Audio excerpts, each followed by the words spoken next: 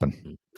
All right, trip 2. Brad Marchand is traded to the Florida Panthers for a 2027 second rounder that can become a 2028 first rounder if Brad Marchand plays 50% of the playoff games this season. This was kind of a return that was based on his injury, probably a little bit of his age, but more so for his injury. It looked a little shocking that they got this much less than they got like a Brandon Carlo.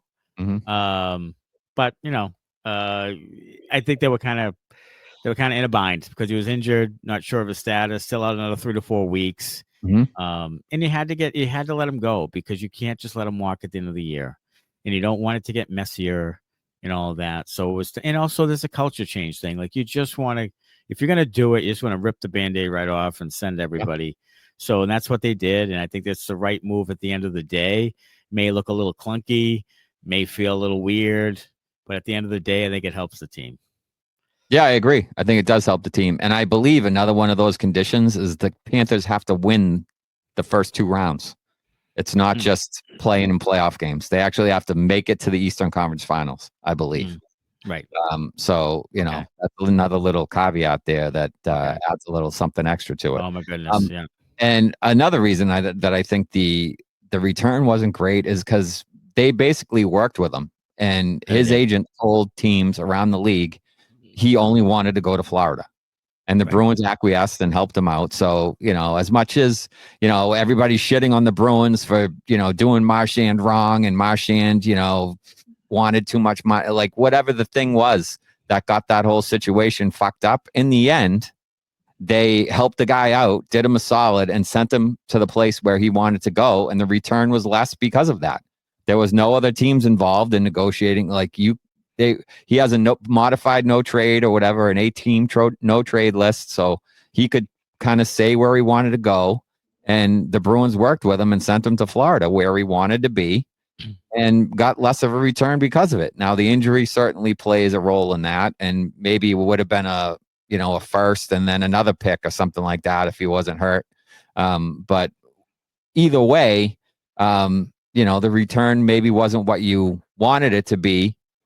But, they did the best they could, I think, under the circumstances. Yeah, and I agree with you. I think it had to happen. And, maybe it's a first rounder in 2028. It's probably still a little bit later in the round. It's a later second rounder. I mean, it's just, it kind of is what it is. But at the end of the day, you can't let him walk. No. And it was time. So, and if all those indications about the contract were correct, then I'm with it because I wasn't giving him 3 years. Like, I don't know what that looks like in 3 years.